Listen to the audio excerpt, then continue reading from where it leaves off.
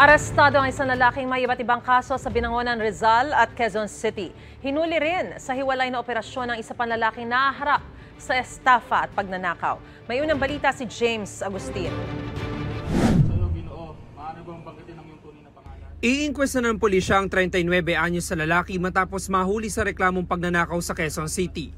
Pero bago pa mangyari yan, sinilbihan din siya ng mga warrant of arrest sa mga operatiba ng masambong pulis para naman sa mga kasong estafa at 2 counts ng theft. Na-find out ng ating mga warrant personnel na ito pong tao na naaresto ng station po ng QCPD is the same person na hinahanap namin. Ikapito sa most wanted persons list ng pulisya ang lalaki. Ayon sa QCPD mula 2015 ay 7 beses na siyang nasampa ng iba't ibang kaso.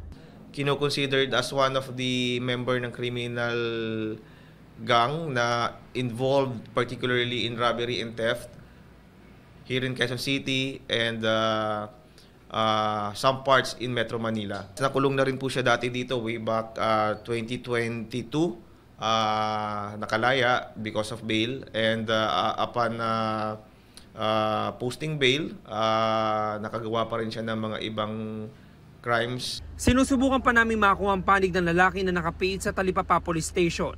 Sa Binangonan City Jail naman isinilbi ng masambong pulis ang warrant laban sa 22 anyos sa lalaki.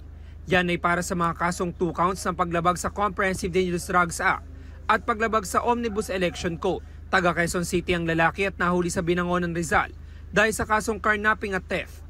Upon knowing the location of the arrested suspect, doon po natin na-serve yung warrant of arrest po na-secure po ng ating warrant personnel. Una sa listahan ng mga most wanted person ng pulisyang lalaki.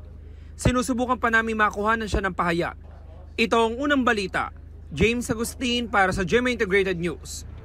Mga kapuso, para una ka sa mga balita, mag-subscribe sa GMA Integrated News sa YouTube. Sa mga kapuso abroad, subaybayan niyo po kami sa GMA Pinoy TV at sa www.gmanews.tv.